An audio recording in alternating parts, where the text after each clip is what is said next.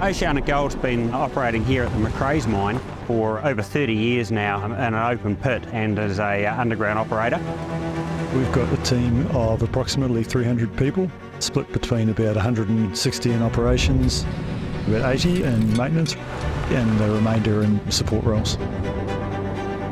We value our relationship with Terra Cat. They've been a key business partner for this operation in that previous 33 years.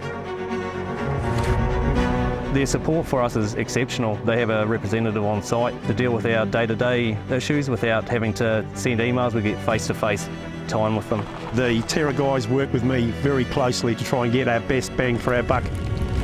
We're actively involved day to day in their business. They run a fleet of 789Cs and Ds trucks down at Macraes. They also run a fleet of D10T, dozers, 988s. We'd parked up 3 of the original 789Cs that we bought in 2002. We parked them up in about 2015 and they had roughly 65 to 70,000 frame hours.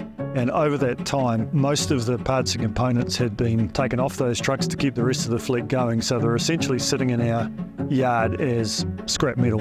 But for the want of a bit more power, can we modify them? We send them to the CRC centre in Christchurch, which is the rebuild centre. The Component Rebuild Centre is a purpose-built facility, primarily designed for rebuilding powertrain and hydraulic components for our customers here in New Zealand. We have a team of 15 people in the shop that cover all areas of engines and transmissions and hydraulics and complete the rebuilds from receiving of the components, strip down and inspection. They'll strip those engines down and we should get 3 lives out of the block, and after the 3rd life we'll use a Cat reman block. We do use Cat reman cylinder heads.